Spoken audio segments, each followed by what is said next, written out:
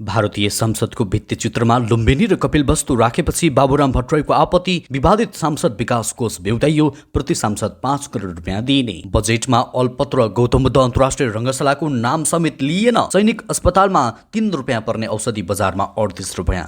राजमार्ग विस्तारका लागि भत्काइयो शहीद गेट। बालनको कटाक्ष, सांसदहरू वडा अध्यक्षको लेभलमा आउनुभयो।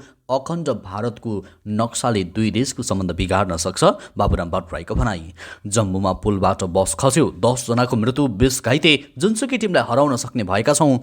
सञ्चालनमा आयो लुम्बिनी केबलकार, रूपन्देही फेरि गुल्जार हुने विश्वास। पूर्व राजा विरुद्ध कर्णालीबाट खनिए 3 दलका नेता, जनतालाई जिस्काए, डाँडा कटाउने चेतावनी। बजेटले मुलुकको आर्थिक अवस्थाको समाधान दिँदैन, ओलीको भनाई। सांसद प्रकरणमा ढकालले श्रेष्ठ विरुद्ध मुद्दा हाले। मौतरीमा लम्पी स्किनबाट पशु मर्न थाले। खेलाडीहरू स्वरोजगार बन्न चाहे, युवा स्वरोजगार कोष मार्फत सहुलियतपूर्ण कर्जा प्रदान गरिने। धनगढीको महादेव तालमा एक पुरुष मृत अवस्थामा फेला। महँगियो 5 तारे होटेलको बसाई र विदेश यात्रा। सुरोट रक्सीमा सरकारको अतिरिक्त उदारता, करमा 10 वर्ष यताकै कम वृद्धि र मेलम्चीको पानी 12 महिना काठमाडौँ ल्याइने लगायतका आज दिनभरका केही महत्त्वपूर्ण ब्रेकिङ न्युजको साथमा म सन्तोष उपस्थित भएको छु। दर्शकवृन्द, काठमाडौँ महानगरपालिकाका मेयर बालेन शाहले सांसदहरू वडा अध्यक्षको लेभलमा आएको टिप्पणी गरेका छन्। आर्थिक वर्ष 2080-81 को बजेटबाट सांसद विकास कोष बिउतिएपछि बालेनले सो टिप्पणी गरेका हुन्। सांसद विकास कोष पाउनु भएपछि बल्ल सांसदहरू वडा अध्यक्षको लेभलमा आउनुभयो, बालेनले फेसबुकमा लेखेका छन्। उनले वडा अध्यक्षकै काम गर्ने भए किन सांसद बन्नुहुन्छ माननीय ज्यूहरू भनेर प्रश्न समेत गरेका छन्। अर्थमन्त्री डाक्टर प्रकाश शरण महतले बजेट मार्फत सांसद विकास कोषलाई बिउताउँदै प्रत्यक्ष निर्वाचित सांसदहरू मार्फत हरेक निर्वाचन क्षेत्रमा 5 करोड खर्च गर्न पाउने व्यवस्था गरेका छन्। सांसद विकास कोषको रकम दुरुपयोग हुने गरेको गुनासो बढेपछि अघिल्ला अर्थमन्त्री विष्णु पौडेलले सांसद विकास कोष खारेज गरेका थिए। अर्थमन्त्री महतले बजेटमा सांसद विकास कोषका लागि 8 अर्ब 25 करोड रुपियाँ विनियोजन गरेका छन्। एउटा आयोजनामा न्यूनतम 1 करोड रुपियाँ विनियोजन हुने कार्यक्रम छनौट गरिने मन्त्री महतको भनाइरहेको छ। पर्यटन प्रबन्धन गर्ने लक्ष्यसहित बुटोलमा निर्माण भएको लुम्बिनी केबलकार व्यावसायिक रूपमा सञ्चालनमा आएको छ। आइएमई समूहको लगानीमा निर्माण भएको केबलकारको आधार स्टेसन बुटोल उपमहानगरपालिका 3 गोल पार्कमा रहेको छ भने सब स्टेसन तिनाहु गाउँपालिका 3 बसन्तपुरमा रहेको छ। सोमबारदेखि केबलकार सञ्चालनमा आएको हो। यससँगै लुम्बिनी प्रदेशमा पर्यटनको ढोका खुलेको आइएमई समूहका अध्यक्ष चन्द्र ढकालले जानकारी गराएका छन्। बुटोलबाट प्रदेशको राजधानी सरेको र भैरवास्थित गौतम बुद्ध अन्तर्राष्ट्रिय विमानस्थल पूर्ण रूपमा सञ्चालनमा आउन नसकेको अवस्थामा केबलकार सञ्चालनले बुटोल तथा भैरवा क्षेत्रको पर्यटन विकाससँगै आर्थिक गतिविधिलाई पनि चलायमान बनाउने उनले विश्वास व्यक्त गरेका छन्। केबलकार सञ्चालनसँगै रूपन्देही फेरि गुल्जार हुने अध्यक्ष ढकालको भनाइरहेको छ। उनले आन्तरिक पर्यटन प्रबन्धनका साथै बुद्ध जन्मस्थल लुम्बिनी आउने र भारतीय पर्यटकको आगमन बढ्ने विश्वास समेत व्यक्त गरेका छन्। त्यसै थाहा औषधि उत्पादन, बिक्री वितरण, निकासी, पैठारी, सञ्चयको व्यवस्थापन एवं नियन्त्रण गर्न औषधि ऐन 2035 अनुसार औषधि व्यवस्था विभागको स्थापना भएको छ। विभागका प्रमुख कार्य अन्तर्गत गुणस्तरीय औषधिहरू उपलब्ध गराउने, औषधिको उपयोग सम्बन्धमा प्रसार गर्ने, औषधि उद्योगको स्थापना, औषधिको आयात निर्यातको सिफारिस एवं औषधि उद्योग र विक्रेताको निरीक्षण गर्ने लगायतका कार्यहरू रहेका छन्। तर नागरिकले दैनिक प्रयोग गर्ने औषधिको मूल्य निर्धारण गर्ने र अनुगमन गर्ने निकायको फितलो पनाका कारण औषधिको मूल्यमा भिन्नता आएको छ। काठमाडौँ महानगरपालिका 12 का सानुकाजी वज्राचार्यले उपलब्ध गराएको कोल्ड स्टोरको औषधिको मूल्य नेपाली सेनाको अस्पतालमा प्रति ट्याब्लेट 3 रुपियाँ छ भने बजार मूल्य 38 रुपियाँ रहेको छ। यस विषयमा औषधि उत्पादक सङ्घका उपाध्यक्ष सन्तोष बरालले भने नेपालमा 3 प्रकारको औषधि खरिद बिक्री गरिन्छ। सरकारले किनेर निःशुल्क बाँड्ने, सरकार लगायत सामुदायिक अस्पतालले टेन्डरमा खरिद गर्ने र छुटमा बेच्ने र सरकारले बिमामा किन्ने गर्छ। त्यस्तै शनिबार कर्णाली प्रदेशमा नागरिक अभिनन्दनका लागि वीरेन्द्रनगर सुर्खेत पुगेका पूर्व राजा ज्ञानेन्द्र शाहको अभिव्यक्तिलाई लिएर कर्णालीका प्रमुख 3 दलको ध्यान आकर्षण भएको छ। विशेष गरी कर्णाली प्रदेश सभामा प्रतिनिधित्व गर्ने सत्तापक्ष र प्रतिपक्ष दलका नेताहरूको एउटै स्वर देखिएको छ। प्रदेश सरकारको आयोजनामा सोमबार 16औं गणतन्त्र दिवस मनाउने कार्यक्रममा नेपाली काङ्ग्रेस, नेकपा माओवादी र नेकपा एमाले मन्तव्यको केन्द्रबिन्दुमा पूर्व राजा ज्ञानेन्द्र शाहलाई राखे। शनिबार पूर्व राजा शाह वीरेन्द्रनगरमा आयोजित अभिनन्दन कार्यक्रममा सहभागी भएका थिए। त्यसको अघिल्लो दिन शुक्रबार प्रदेशसभामा समेत राप्रपा सांसद र गणतन्त्र पक्षधर सांसदहरू बीच संसदमै भनाभनको स्थिति सृजना भएको थियो। सम्बोधनका क्रममा पूर्व राजा शाहले अहिलेका राजनैतिक दलहरूबाट देश सङ्कटमा धकेलिरहेको र देशहरूप्रति दलहरूको प्रेम नभएको अभिव्यक्ति दिएका थिए। उक्त विषयलाई लिएर आइतबारको संसदमा पनि प्रमुख दलका नेताहरूले संसदमा कुरा उठाए। सोमबार गणतन्त्र दिवसको अवसरमा पनि नेताहरूले मन्तव्यका क्रममा नै पूर्व राजाको विषयमा नै टिप्पणी गर्दै मुख्यमन्त्री राजकुमार शर्मा, काङ्ग्रेस संसदीय दलका नेता जीवन बहादुर शाही र प्रतिपक्ष दलका नेता यामलाल कौडेलले आक्रोश पोखे। चितवनको भरतपुरमा अल्पत्र अवस्थामा रहेको गौतम बुद्ध अन्तर्राष्ट्रिय क्रिकेट रङ्गशाला निर्माणको विषयमा आगामी आर्थिक वर्षको बजेट मौन बसेको छ। अर्थमन्त्री डाक्टर प्रकाश शरण महतले सोमबार सङ्घीय संसदको संयुक्त बैठकमा पेश गरेको बजेट गौतम बुद्ध अन्तर्राष्ट्रिय क्रिकेट रङ्गशाला निर्माणबारे मौन बसेको हो। चैत 16 गते भरतपुर विमानस्थलको नयाँ टर्मिनल भवन शिलान्यास समारोहमा बोल्दै प्रधानमन्त्री दाहालले 2 हप्ताभित्र अहिले देखिएको समस्या समाधान गरेर रङ्गशाला निर्माणको कार्य अगाडि बढ्ने बताएका थिए। बजेटमा आगामी वर्ष त्रिवी मैदानलाई अन्तर्राष्ट्रिय स्तरको क्रिकेट रङ्गशालाको रूपमा स्वीकार गर्ने र फ्लडलाइट राख्ने कार्य सम्पन्न गरिने भनिएको छ। त्यस्तै मुलपानी क्रिकेट मैदान रङ्गशालाको निर्माण कार्य सम्पन्न गर्ने, विराटनगरको गिरिजाप्रसाद कोइराला क्रिकेट रङ्गशाला, बैतडीको दशरथ चन्द क्रिकेट रङ्गशाला, कैलालीको फाल्पा क्रिकेट रङ्गशाला र काठमाडौँको सुवर्ण शमशेर क्रिकेट रङ्गशाला अघि बढाउन बजेट विनियोजन गरिँदा गौतम बुद्ध रङ्गशालाको नाम समेत लिएन। त्यस्तै थाहा सरकारले मिलम्ची खानेपानी आयोजनालाई 12 महिना नै पानी आउने गरी स्थायित्व दिने बताएको छ। आगामी आर्थिक वर्षको बजेट सार्वजनिक गर्दै अर्थमन्त्री डाक्टर प्रकाश शरण महतले मेलम्चीलाई 12 महिना नै पानी आउने गरी स्थायित्व दिने बताएका हुन्, जसका लागि मेलम्चीको आयोजनाको दोस्रो चरणमा याङ्ग्री र लार्के खोलाबाट पानी ल्याउन आबोदेखि नै काम सुरु हुने भएको छ। तीनवटै नदीबाट 17 करोड लिएर दैनिक 51 करोड पानी राजधानी ल्याउन काम हुने उनले बताएका छन्। त्यस्तै राजधानीका खानेपानी समस्या समाधानका लागि मकवानपुरको सिस्नेरी र ललितपुरको महादेव खोलाबाट अस्थायी रूपमा खानेपानीको व्यवस्था गर्न पनि बजेट विनियोजन गरिएको छ। काठमाडौँको डाँची लगायत खानेपानी आयोजनालाई सम्पन्न गर्न 2 अर्ब बजेट विनियोजन गरिएको छ। त्यस्तै सरकारले आर्थिक वर्ष 2080-81लाई युवा उद्यमशीलता प्रवर्धनका वर्षका रूपमा मनाउने भएको छ। आगामी आर्थिक वर्ष 2080-81 का लागि बजेट प्रस्तुत गर्दै अर्थमन्त्री डाक्टर प्रकाश शरण महतले खेलाडीलाई स्वरोजगार बन्न चाहेमा युवा स्वरोजगार कोष मार्फत सहुलियतपूर्ण कर्जा प्रदान गर्ने व्यवस्था गरेको बताए। उनले राष्ट्रिय युवा परिषद मार्फत विकास निर्माण तथा समाजसेवा युवा स्वयंसेवक परिचालन गरिने उनले बताए।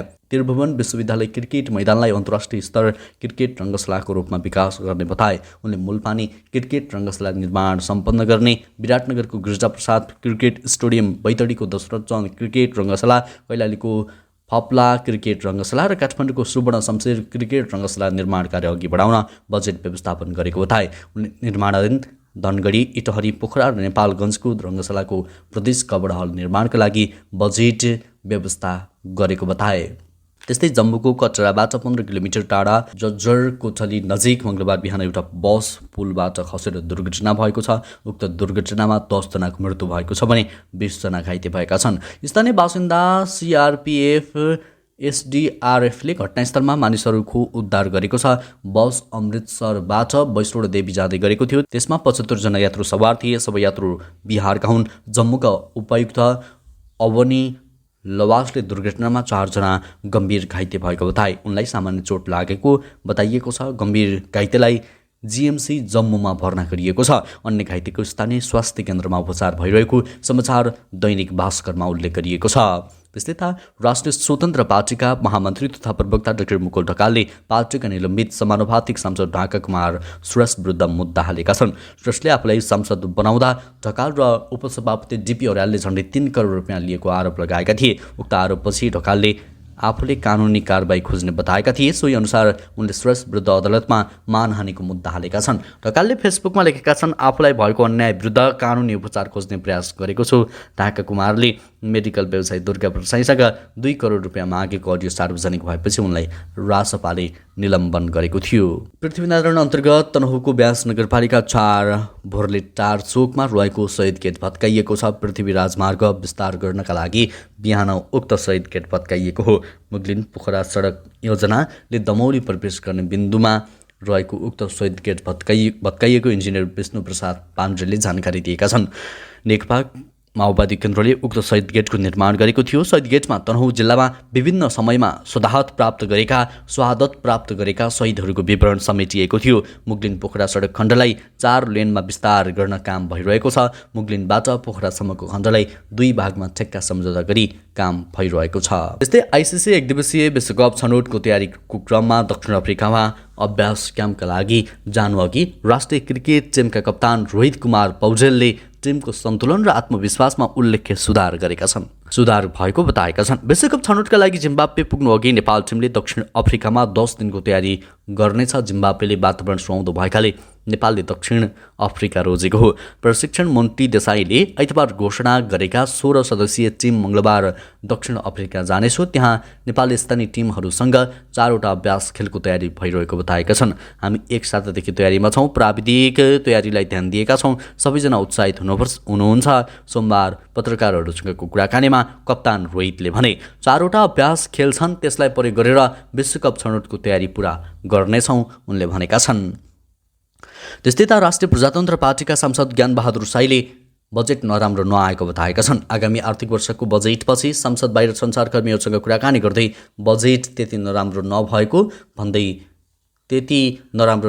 भन्दै कार्यान्वयनमा ध्यान दिनुपर्ने बताए। बजेट त्यति नराम्रो छैन, ठिकै छ उनले भने। कार्यान्वयन पक्ष भने चुनौतीपूर्ण छ, त्यसमा ध्यान दिन जरुरी छ। साईले सांसदलाई 5 करोड रुपियाँ दिने कार्यक्रम नआएको भए पनि हुने बताए। गाउँ गाउँमा स्थानीय तह पुगेको बेलामा सांसदहरूलाई पैसा दिनु उचित नहुने उनको भनाइरहेको छ।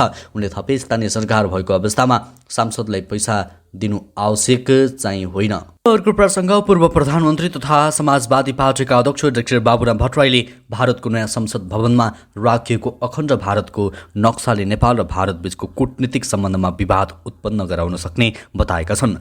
मङ्गलबार बिहान आफ्नो ट्विटर मार्फत उनले त्यस नक्साले 2 देशको सम्बन्ध बिगार्न सक्ने उल्लेख गरेका हुन्। भारतले केही दिन अघि मात्रै उद्घाटन गरेको नयाँ संसद भवनमा राखिएको अखण्ड भारतको नक्सामा नेपालमा रहेको कपिलवस्तु र लुम्बिनीलाई पनि समेटिएको छ।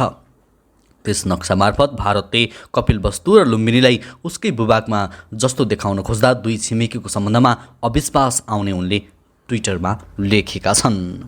त्यस्तै त पोखरा महानगरपालिकाले 1 आर्थिक वर्षमा खाना र खाजा खर्चमा मात्रै करिब 2.5 करोड सकेको पाइएको छ। महानगर तथा महानगर अन्तर्गतका कार्यालयले अघिल्लो आर्थिक वर्षमा 2 करोड 39,13,000 रुपियाँ खाना खाजामा नै खर्च गरेको महालेखा परीक्षकले औँल्याएको छ।